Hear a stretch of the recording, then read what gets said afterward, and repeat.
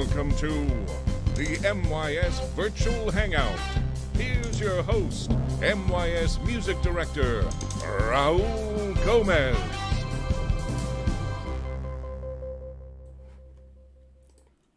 Good afternoon, Metropolitan Youth Symphony students, families, and friends. It's time for another MYS Virtual Hangout. It is Thursday, June 18, and Jun Iwasaki is in the house. I'm super excited to talk to him. Jun is very familiar to Portland audiences. He was the concertmaster of the Oregon Symphony between 2007 and 2011, and he is currently the concertmaster of another great American orchestra, the Nashville Symphony. He also teaches at the Blair School of Music at Vanderbilt University. He is an active soloist and chamber musician. He is the artistic director of Portland Summer Ensembles. This is a summer chamber music program by the Metropolitan Youth Symphony. So I know many of you watching have worked with Jun in one way or another. So let's go ahead and welcome Jun into the stream. Let's make sure everything here is where it should be. Jun? Hello. Hey, can you hear me okay? Yes, I can hear you loud and clear. Very good. Wonderful. Well, thank you for taking the time to be with us this afternoon. It's my pleasure. I know we were trying to find dates that would work, and but it's so exciting that you're doing this for all the families and for the students. Well, and I just wanted to jump on board with it. Yeah, we're very excited to have you. And I want to start by reading something to you that I found online. This was a review that was written about you. And it says, Iwasaki was the magician of the evening. He could reach into his violin and pull out bouquets of sound, then reach behind your ear and touch your soul. So my question to you is, when and where did you study magic?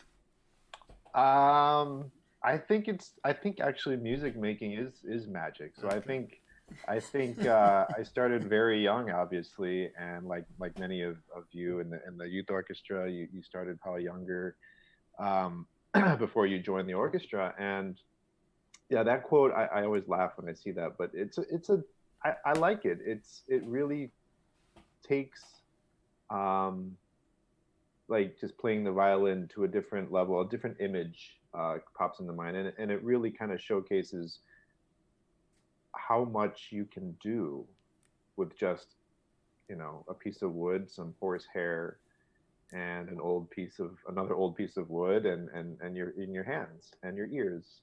So I love the quote. I think it's a great quote. It's a beautifully written quote, and I think it's for the people that sometimes write my bio for different like orchestras or chamber music concerts for program books. They tend to use that one a lot because it's so poetic.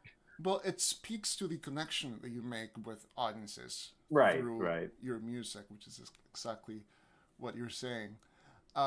So did I get those dates right, that you started with the Oregon Symphony in 2007?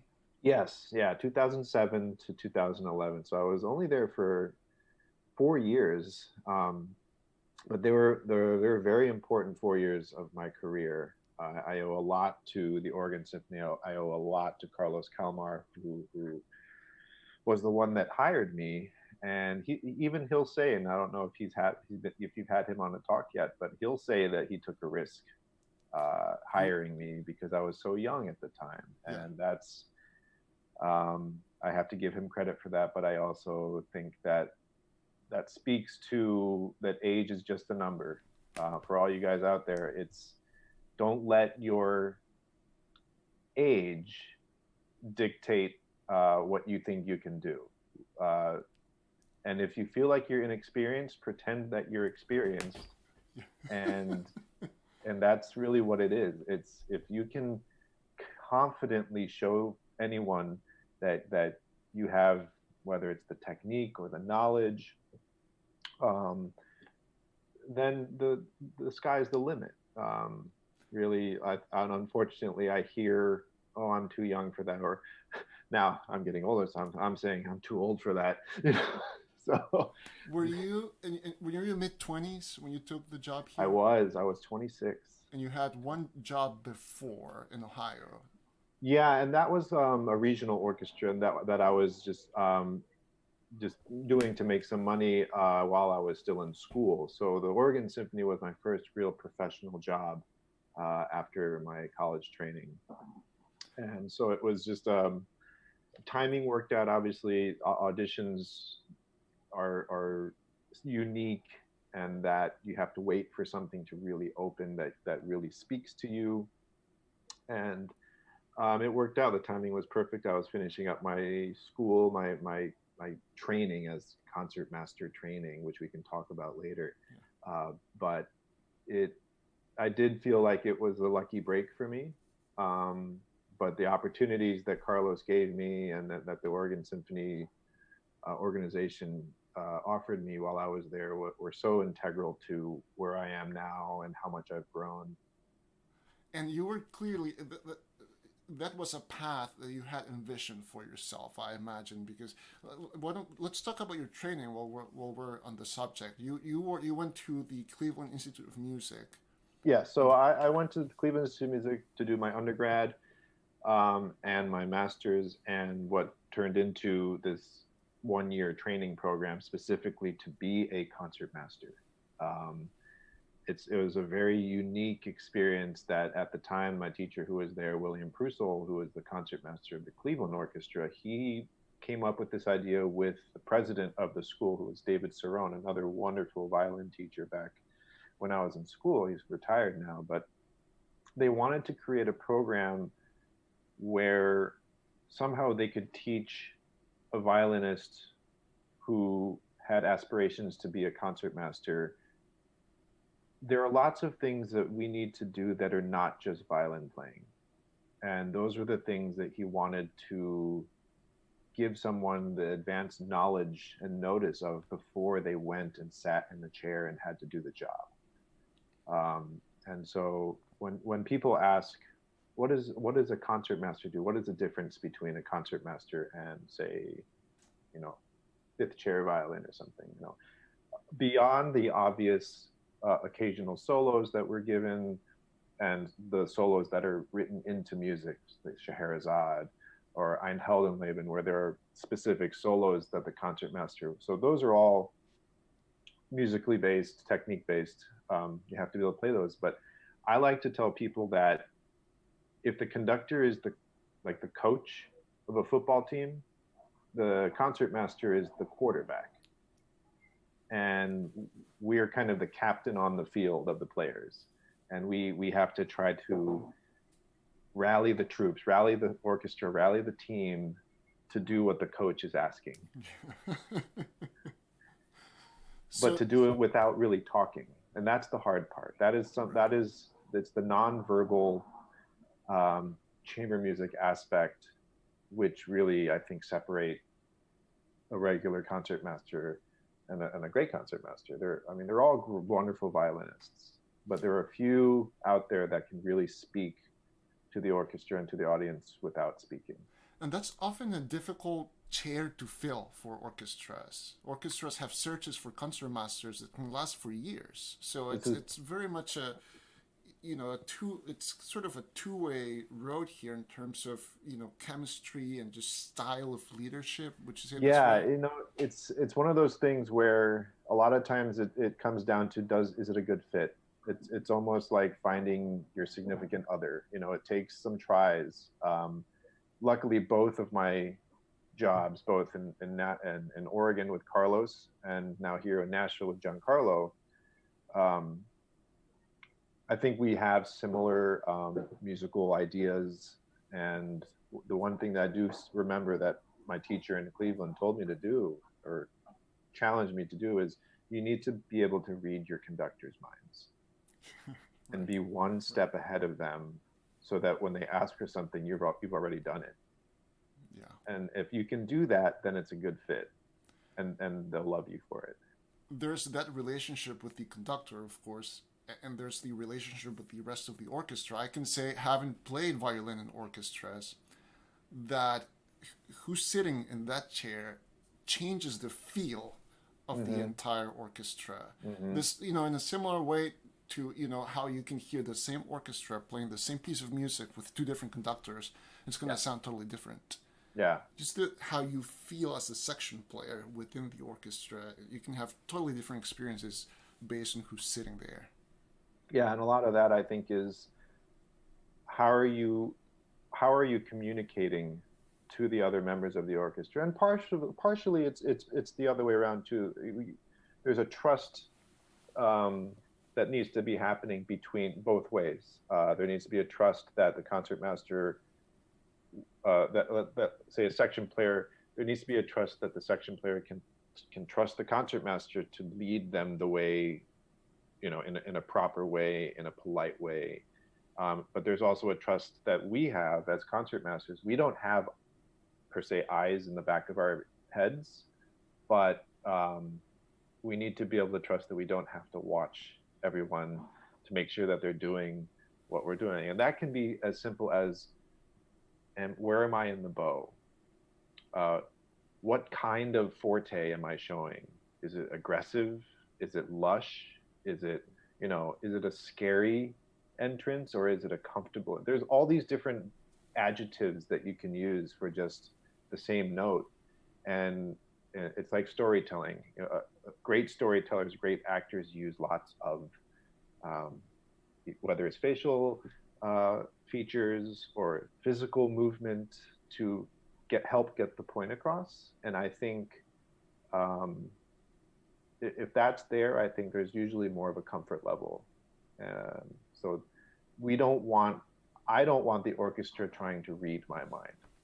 I want them to know what I'm thinking. Yeah. Yeah.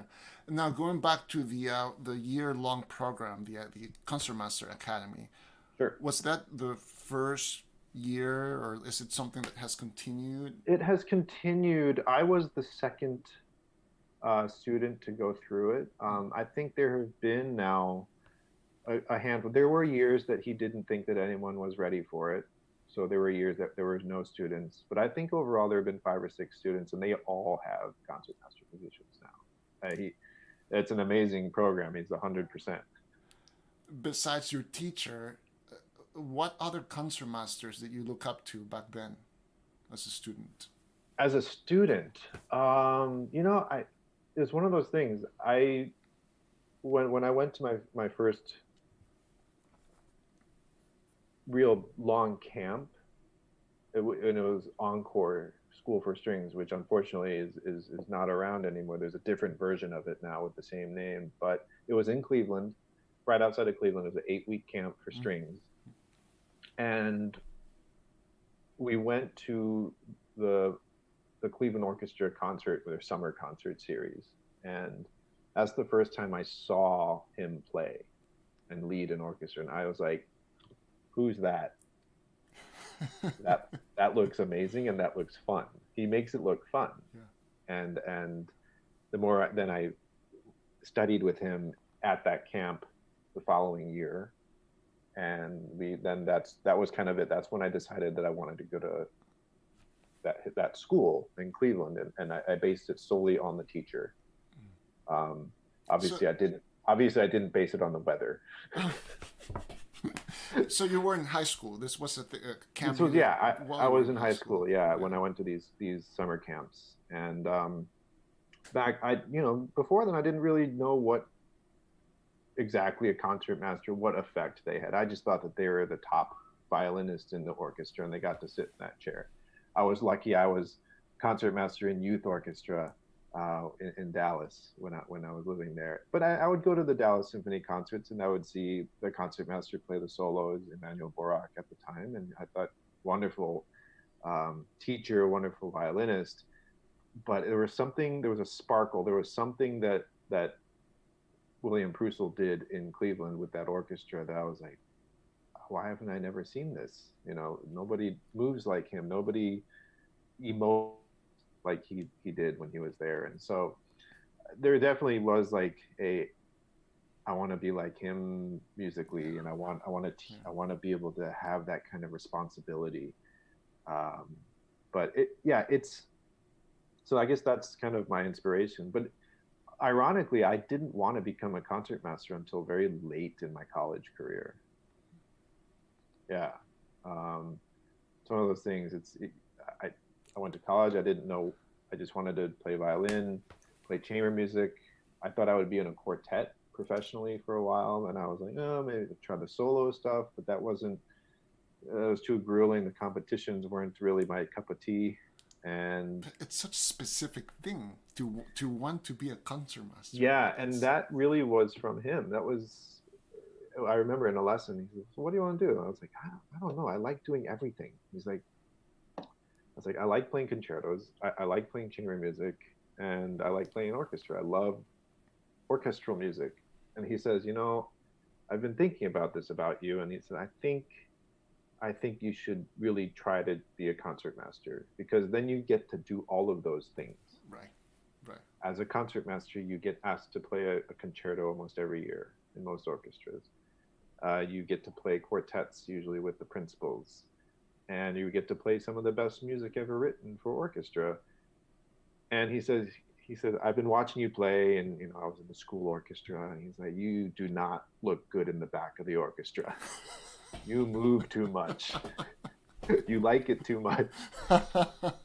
He says you have the natural instincts to lead, and I think that you should go for that.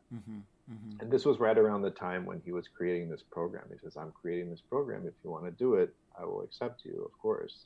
Yeah. And that's how that started. Hold on, let me get one thing. I'll show you. Oh, yes. Yeah.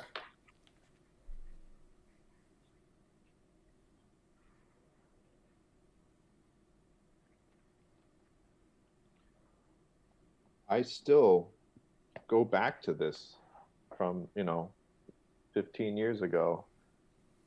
It's just, these are all concertmaster solos. All of the solos are in there. Most of the big ones, yeah. And that was part of what I did that whole year, was learn that entire thing. But also I went to rehearsals and watched him work, to see how he interacts with conductors, how he asks questions, when to ask the right questions, when not to say anything, stuff like that. And so that was a very important year, where I learned a lot, and that's why I was able to make the Oregon Symphony think that I've been doing it for 10 years, even though I've only been 26 years old, Well, hey, I mean, you keep coming back here. People like you, so I think you did something right. And I was gonna say, man, like Cleveland and that orchestra, I mean, it's known for its string sound, and it's a very lush string sound. That's a tradition that started back in the 60s when George Zell was there. And they for me are the most European sounding orchestra in the US. And there is something I love that, like, string sound. It's not, not to say that other orchestras aren't good, but sometimes I feel like some orchestras are too brass heavy or too much, too bright or too percussion. I like that string sound, because I feel like in a symphony, the strings kind of lead that warmth, and then when you need it, you have all the other instruments create this really nice sound. But if you don't have that bass layer, it's hard. Yeah. So I want to ask you about, more specifically, the things that you get to do as a concertmaster when it comes to, from like bowings and Sure. music and communication with other string principals, etc. But before we do that, I think we should set up our game that we play on this show of two truths and a lie. Okay. So I'm gonna transition to that here. And if you're watching, and it's your first time watching an MYS virtual hangout, we play this game with our guests, and our guests share 3 statements with us, and one of them is a lie. So your job as a viewer will be to vote on the comments, whether you're watching on YouTube or Facebook, for which of the statements that June will share is a lie. Okay, so June, are you ready? I am ready. Okay, So let's hear statement A.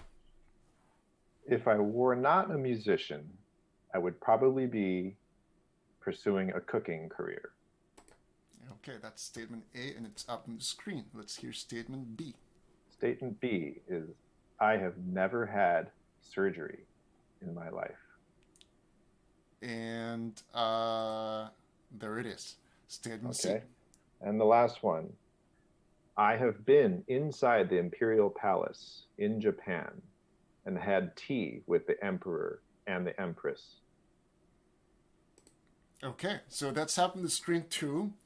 All Uh, right. that last one sounds very exciting. Okay, I need to make up my mind here because I'll play it too.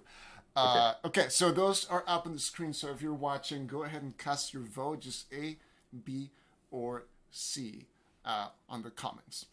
So June, let's go back to now the you know specifics and what really happens on a practical level in your job. And why don't we start with, you go to the music library at your orchestra, or the music librarian gives you a folder with the Right. music you're going to be playing Sure. in the future. So that's one of the first steps that I mean, there are lots of things that happen before a concert is played in any orchestra. This is every orchestra works pretty much the same way. Uh, the concertmaster, whether they like it or not, are pretty responsible or have the task of being responsible of picking um, whether we use a down bow or an up bow for every piece. The only time we don't have to do it is if the conductor or guest conductor maybe happens to be a string player and has their own parts that they've really thought through and they want to use their own set of markings, which saves time, but also it sometimes throws a wrench into the whole system of the timing of when music gets passed out. But most of the time it works out, very well. So probably 3 or 4 months before the actual concert, I'll get, a stack of music. And it's tougher when it's your first couple of years in the orchestra, because once you start repeating music, like now I'm at the point here where we're repeating pieces that I've done, and so I can see my old bowings. A lot of times I just say, okay, stamp, go, or I'll look through it. As I grow up, as I mature, even still, I change some styles, I change my thinking process. So there's not one way of doing anything. I've changed the bowing to Beethoven 5 like 3 times. Just some of it depends on tempo, and so that's the thing. You have to, if you really know your conductor, you can kind of guess what kind of tempo or tempi he or she will take, and that does fall into effect of what kind of bowings you'll have to take. You also have to think about what sounds good when 18 people are doing it at the same time. You can't pick a fancy bowing just because I can do it. Doesn't mean everyone else can do it comfortably, and more importantly, it probably won't be together. So you have to find bowings that they're used to. If it's something that you want to instill as a new tradition, then do the similar patterns as concerts go, and people will get used to it. But once you put those in, usually they give me a week or two. I send it back to the library, and then they copy my part, and then they give my part and then this principal second and the principal viola and principal cello their parts, but they have to use my part to, if we have anything together, then their job then is to match whatever I pick. And so that just kind of goes down the chain, the food chain. And hopefully, if all goes well, then the librarians will copy all the bowings into all the parts. With and a when pencil. Get, Like, with no photocopies. no, never. Mm-hmm. And It's never a gigantic task. Never pen. Always pencil that can be erased, because there will be always changes being made, but if it's done well and thought out well, there aren't going to be that many changes. But sometimes you drop the ball and you end up needing one of these in rehearsal. But usually it's pretty easy fixes. Sometimes it's human error too. Sometimes it's like, oh, I missed that one. Sorry guys, let's just add a down bow to this. And so in rehearsals, it's my responsibility to make any changes whether the conductor asks for them or if I feel like, yeah, that just didn't sound good, let's try a different one. I can either demonstrate and say, let's try this one, or I can change it. And that's one thing. If you see the concertmaster marking something, that probably means you should be figuring out what they did. And then usually it goes back stand by stand. It's weird. We still play this game of telephone. Right. And it amazes me how it can get translated differently to the back. So you have to just be sure that it's clear. But yeah, that's, I guess, one of the responsibilities we have as a concertmaster. Obviously, not most important, but the obvious one is we have been put to the task of kind of accepting the applause at the beginning of the concert for the entire orchestra as we walk out. I always joke around and say, it's great. I can be late to every concert, and they clap for me. One of my first concerts here in Nashville, oddly enough, we have a very eclectic audience here, and we have seats kind of on stage, like they can look over and look at the violin music or the bass music on the other side, but there's a box that's really flush to the stage, and I walk right by them off the side to take my bow. And I remember they open the door and I walk and people start clapping, and I hear from this box, "Who's that and why is he late?" Yeah. So you get a lot. You get your first timers, and you have your symphony lovers. But that's what we're doing. We're accepting the applause on behalf of the orchestra. I'm not saying, oh, me. No, this is us. This is Nashville Symphony or Oregon Symphony. And when we shake the conductor's hand, that is supposed to be on behalf of everyone. It's because they can't shake everyone's hand before the concert. It would take forever. So those are the kind of what you see is that's what's happening.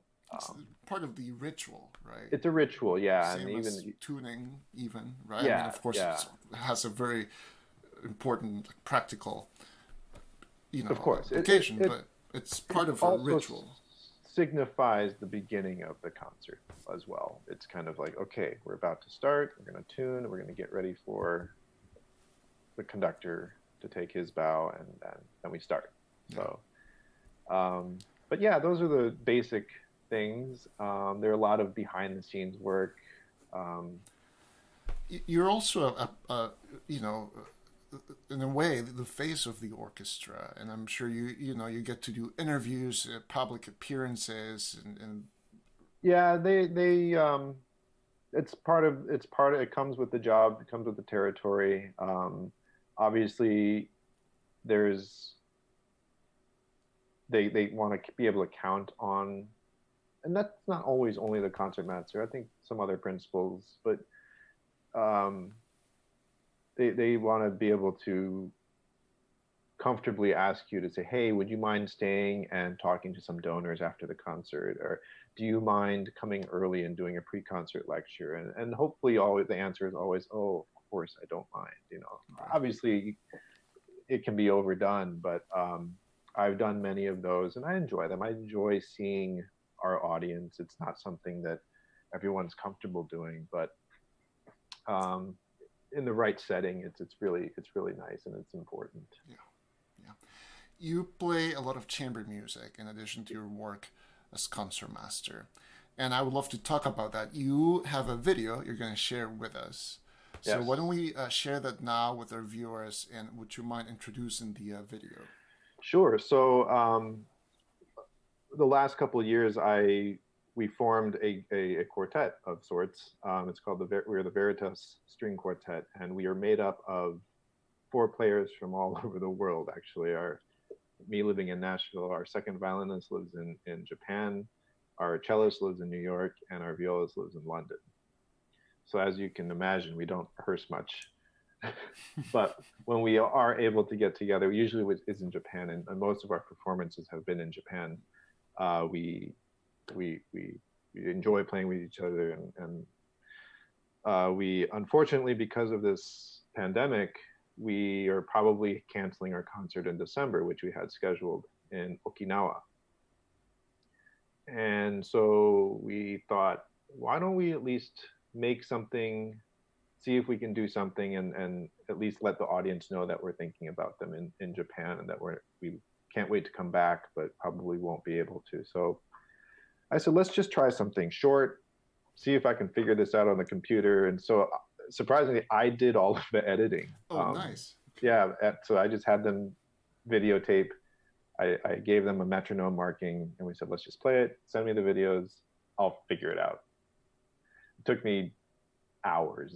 Yeah. I mean, talk about like, I was up late Googling how to do this, but I figured it all out. Good. And this is just the first movement of the Mozart Divertimento.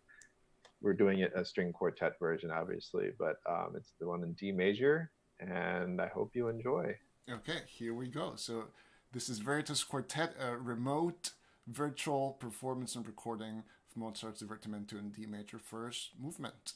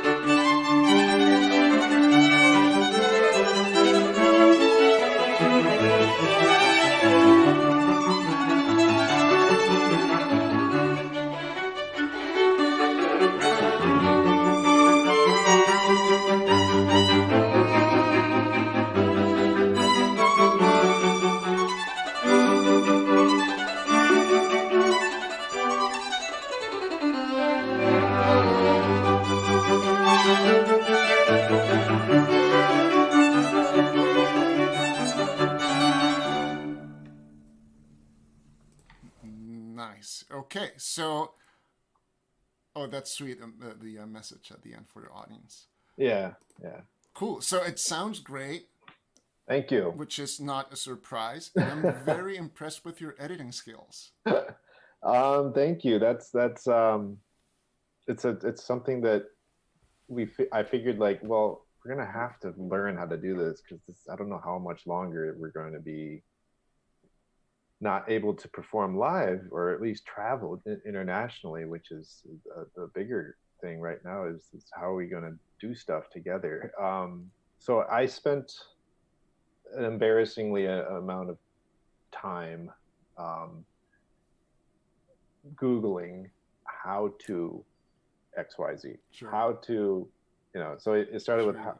with what should I use to mix the audio? Because what I asked everyone to send me the video, and then I created an audio file from the videos, and then I put them into a program and layered them.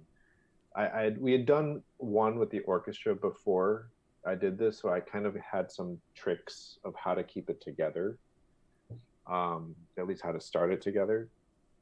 And so it was pretty easy to line up, and then I balanced, and mastered the audio a little bit, and then put it into a video editing software, and then took the videos without the sound and just did my best to make sure it looked like we were doing what we were playing. Yeah. But you which, went beyond just putting the four squares on the screen or the four rectangles, and you have some like and transitions that go with the music. And the first 2 weeks of this whole shutdown, I did a project with James Ennis and Steve Rose, who's principal second in the Cleveland Orchestra. And it was a very simple, but it was like the first thing that we ever did. And it was literally just 3 boxes. No change, just 3 boxes. I lined them up and it worked out. Yeah. And seeing all the different videos that were coming out from different orchestras and different groups, I was like, I need to step up my game a little bit. So I figured out how to do the different transitions and the zoom in and the zoom out stuff, which it's amazing what you can do now. Yeah. So let's talk shop here just very briefly. So audio, what program? I used Audacity. Okay. Which is a free program. Which is a free program. I mean, there are so many great programs out there, but like Logic Pro for Apple is like $300, and Audacity is free, and it's pretty easy to use. It's very user friendly, and there's lots of forums to read how to do this, how to do that. And then for the video editing, I spent a little bit of money on a program called Filmora by Wondershare, and I think it was like $60. So still, Final Cut Pro is 300 something, sure. And this it's free, but to get rid of the watermark, you pay a little bit, and you get a lot of the transitions you get and the effects you get with that. So sure. I thought it was something to just kind of play with at the time. Well, these are skills that you are acquiring, and we're all also kind of navigating the same waters. I've been using Audacity for audio, and similar price range. It was $60 or $80. Vegas Movie Studio Platinum, which is great. Which I knew from also before, like having to edit conducting videos and things like that. Right. Yeah. But we're all suddenly in these uncharted, waters, and we recently learned about the Nashville Symphony and the cancellation for next season, and that means that all of us in the industry will need to explore skills and be creative, and try to find ways to connect with people and create content. It's a real difficult time, I think, for many orchestras. Obviously, unfortunately, Nashville was the first to make such a big announcement, and I want to think that it doesn't mean that we're not going to play anything for all next season, but it will definitely be different if and when we can come back. I just know that they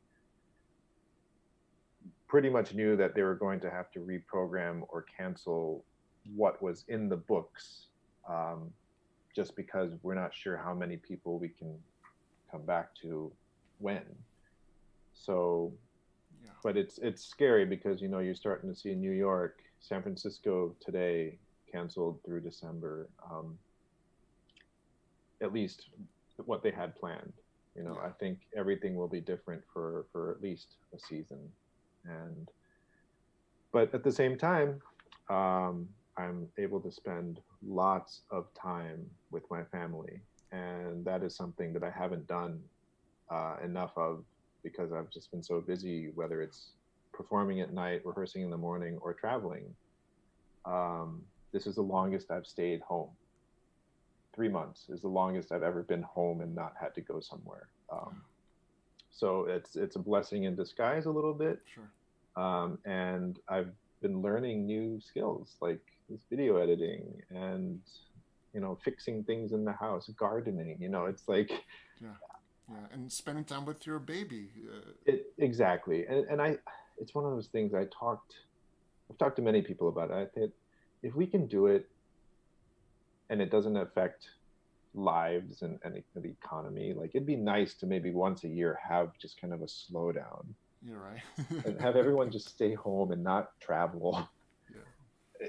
I don't know. It kind of puts life in a different perspective and kind of puts you back not in the fast lane all the time. And obviously, I wanted to end. It's been long enough now, but there has been, I guess, it's hard to say it, but there have been some good things that have come out of this. Yeah. I can't say that for everyone, but for me, myself, I've found some very nice things that I've been able to focus on. Yeah. So yeah, and I think it's fair to say that we're all, re-examining what we do, how we do it, and what it means. Yeah, right?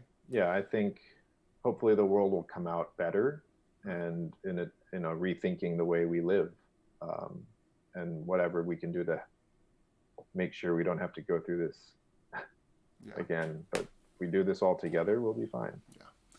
I want to remind everybody, if you're watching, this is a great opportunity to ask questions. So if you have any questions for June, I love answering questions. Comments on YouTube, Facebook are the way to go.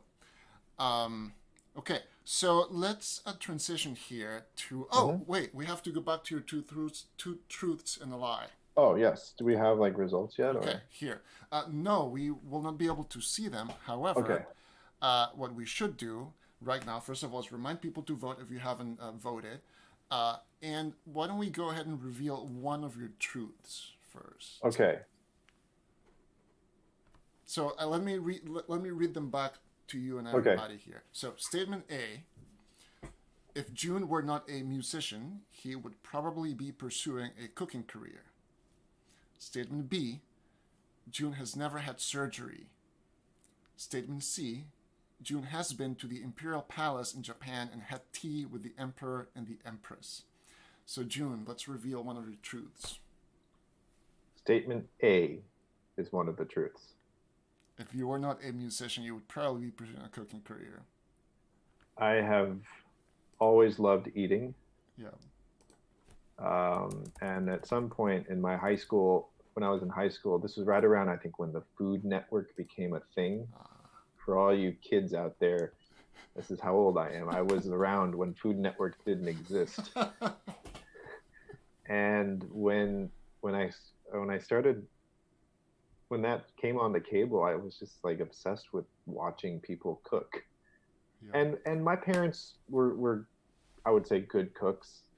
Growing up, they always tried to put a tasty meal on the table. And my dad traveled a lot as a musician. He was a cellist, and my mom's a pianist. So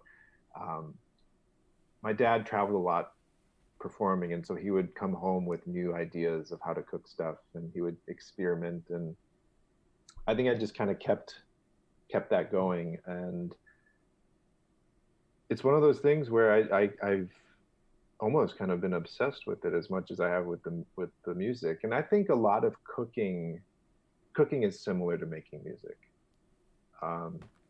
If you think of it in the sense of, if you take a piece of music, or in the kitchen, if you take a recipe, those are just guidelines.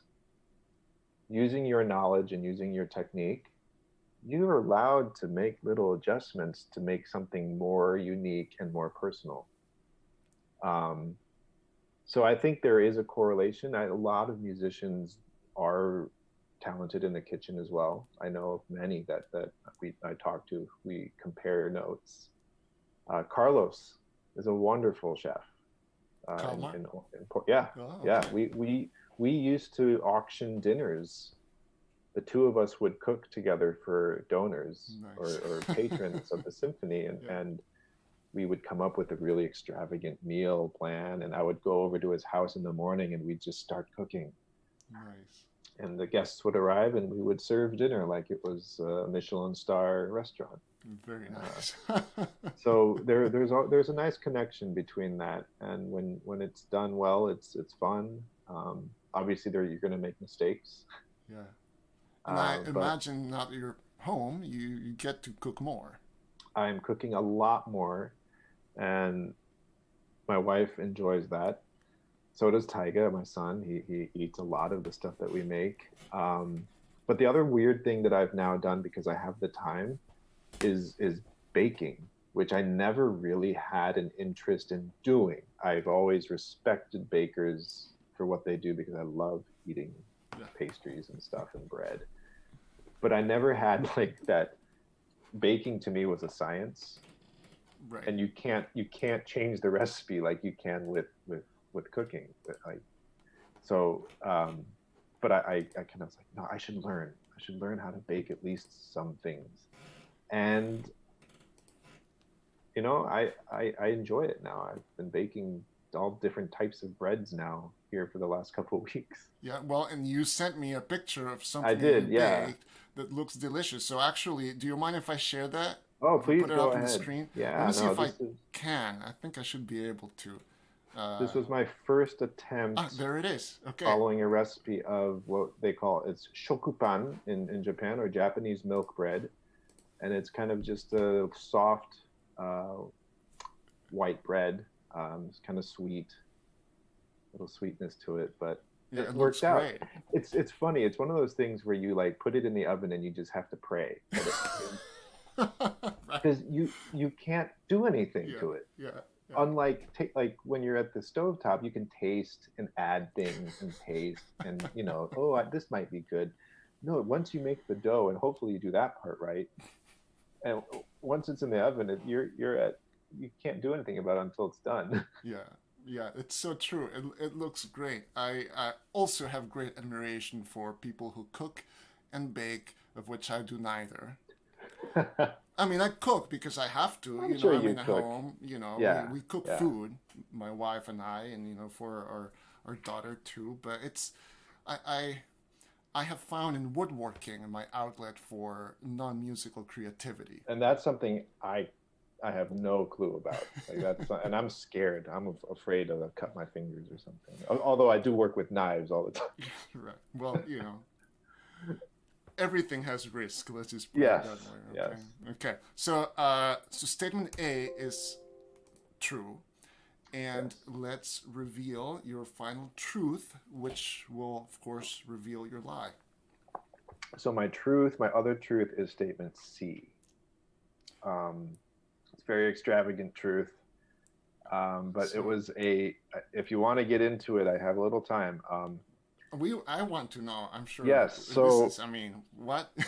the former emperor, I don't know if many of you know, but within the last year, there has been a new emperor of Japan. The old emperor stepped down because of his age.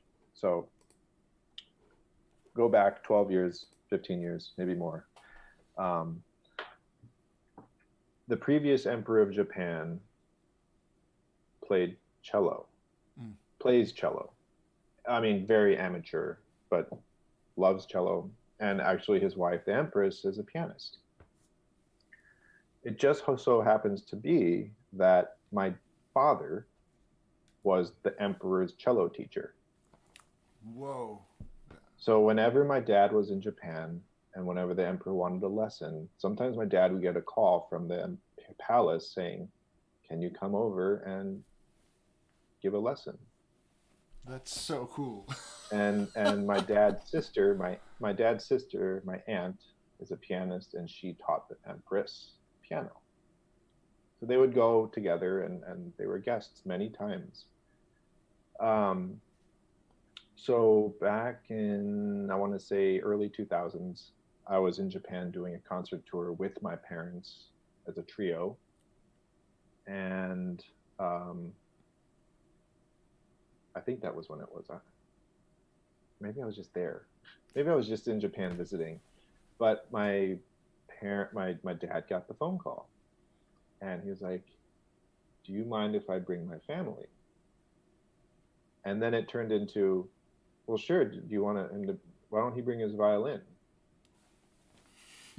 So I distinctly remember this. I was like watching TV, and my dad came into the room and said, "Hey, June, you're playing Haydn Trio with the Emperor and the Empress tomorrow. Here's the music." And I was like, "Wait, what?" And I got so nervous. I was like, "Wait, what?" He's like, "No, no, no, it's easy. It's really easy. It's the only piece the Emperor can play. It's the first movement of the Gypsy Trio. Yeah, You know? yeah, yeah. And the Empress is going to play piano, and we're going to go to the palace, and we're going to play with them, and then we're going to have tea." So we went. It was this long road, and it's like, if you ever go to Tokyo, or if any of you have been to Tokyo, what you see when they say you're going to go see the Imperial Palace is just the outside gate. There's so much more inside that you can't see, that's covered with trees and stuff. So we finally get there, and I wait with my family in this room, and they have the trio set up. I'm in my suit, I have my violin, and they come in, and it's like a mini concert for 5 people, and we play it, and that might have been one of the most nervous things, and I shouldn't have. It's a fairly easy piece. It's one of the first chamber pieces that a lot of trios play when they're young. But how did they do? They get through it? Yeah, no. I mean, the Empress, I will say, is a little bit more advanced. Sure. The Emperor, I think this was like his way of sometimes meeting people, but that was just he had the love of playing cello. And his son, who is now emperor, the current emperor, is an actually accomplished violist. That's so cool. So the Emperor of Japan currently is a violist, and he's already, I think, played for fun, like in the back of a section. Can you imagine? Yeah, I know, right? It's like, if you mess up, don't screw up. Were you like coached about how to talk to them, or how to behave, or how? Yeah, well, we kind of went over it quickly just with my parents, how to bow, like how long you should bow, and just like, it wasn't to the point of no eye contact, but it was close. Yeah. Wow, that's so cool. Okay. And well, now we know you have had surgery. Yeah, this is just one of those weird things. It's a weird, like, I've never broken any bones. I've never been to I've never gotten to the point where I needed something emergency done. I've had stitches once, but like, when I was 12, I noticed a weird colorless bruise, kind of bump on my thigh, my inner right thigh, just above my kneecap. I was like, it doesn't hurt. It's just weird, And ends up, after going to a few doctors, because the first few had no idea what it was, and finally I went to an orthopedic, and he said, this is a tumor. This is a bone tumor. It's a bone growth. I basically had an extra bone sticking out, the size about a thumb. Whoa. It looked like a golf ball, but like, it was just, And so I was 12, and I was like, oh. I mean, the first thing that my parents were scared of is it cancerous, and thank God it wasn't. And they said, this is something we see, it's rare, but you can live with it, but it could get in the way of, it could just be a nuisance. So if you want to have it removed, we can. And we said, well, spring break is coming up. Maybe we can do it then. And so I had kind of major leg surgery. Yeah. Wow. Um, and I remember that might have been one of the most painful, like doing rehab, like getting to bend again. And Yeah. when you're that young too, you're just like, this is awful. And it was summer and I couldn't play basketball. And it was just, Yeah. Well, it but went well. it went well, and they did the tests. It was benign, and now I have a really cool scar. Nice. Okay. Wow. Okay. So I'm still not over the whole playing and having tea with the Emperor Empress. That's just crazy. What a great We story. weren't allowed to take pictures, so there's no proof. Sure. Yeah. Well, we believe you. We believe you. It'd be a very, very elaborate story to. It'd be an elaborate lie. Yeah. June. Okay, so before we run out of time, Sure. There are a couple of things that I would like to ask you. The first one is our segment that we call Sound Advice.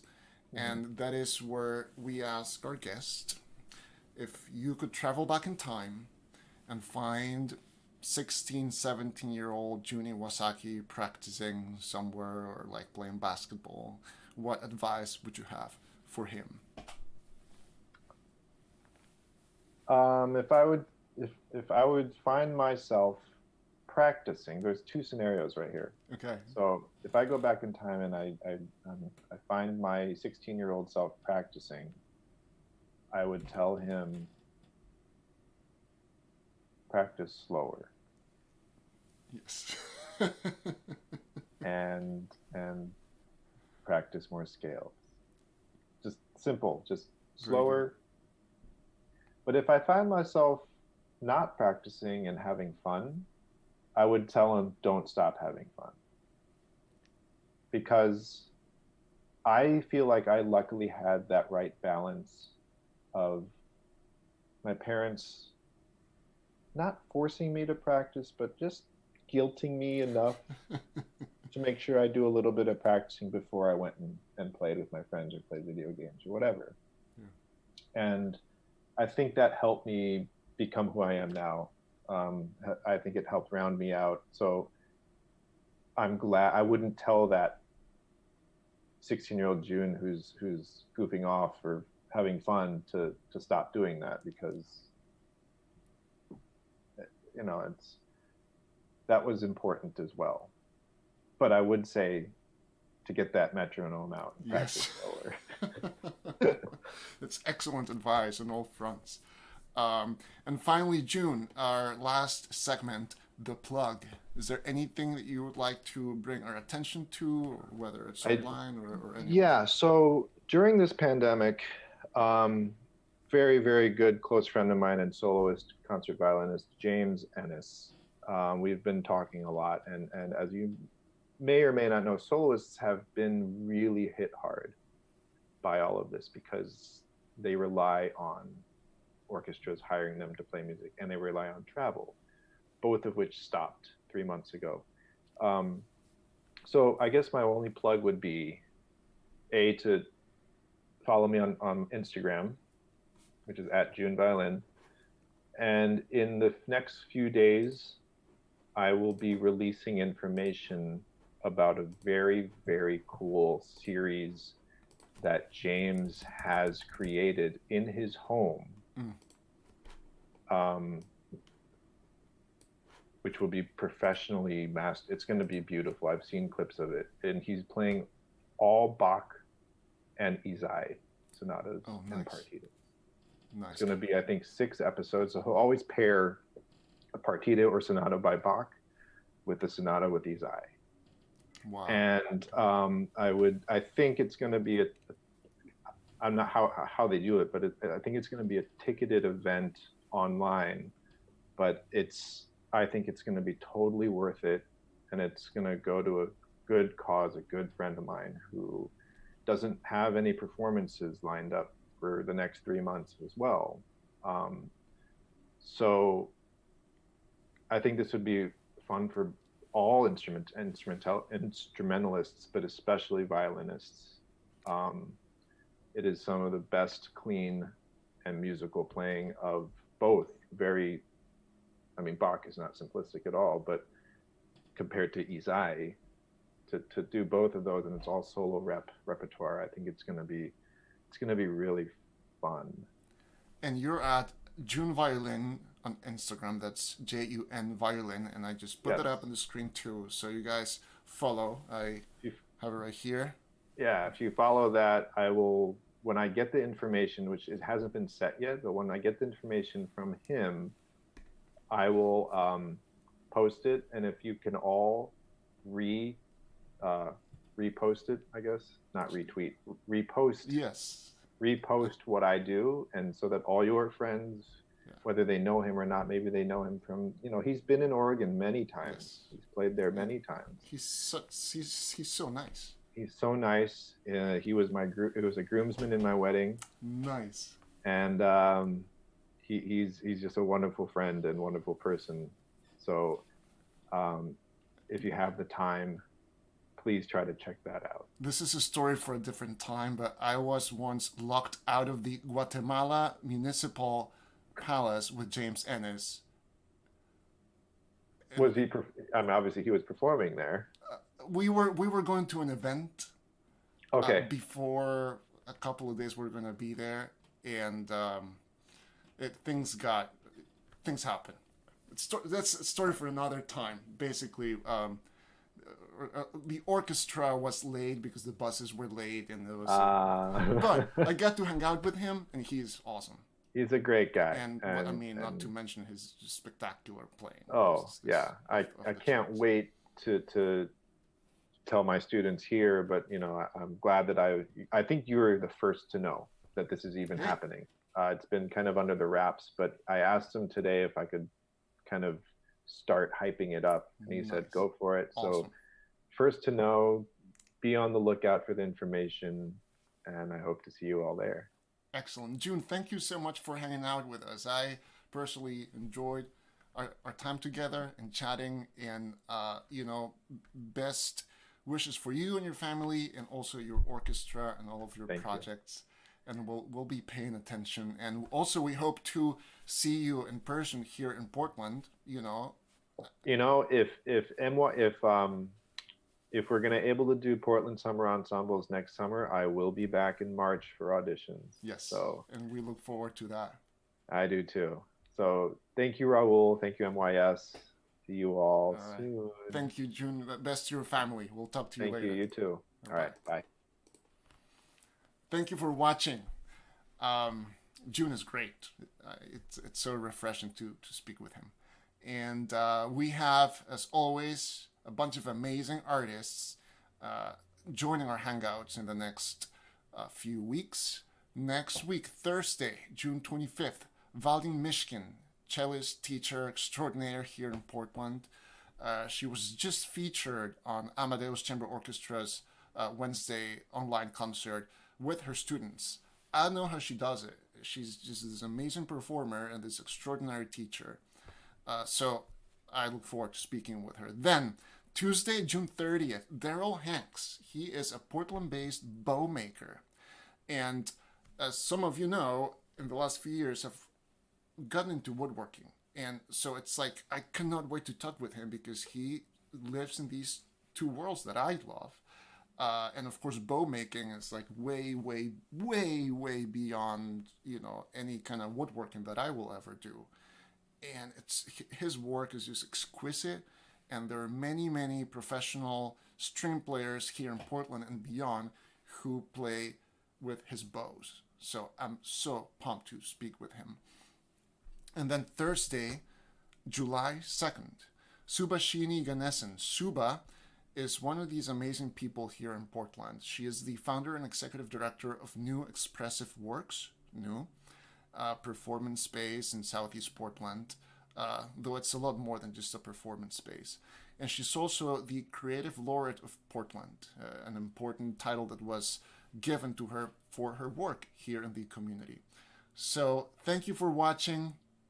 Join me next time. Make sure to subscribe to our YouTube channel if you haven't done that yet. We made it to 1,000 subscribers, and we have a bunch of exciting videos coming up. So thank you for watching, everybody. See you next time.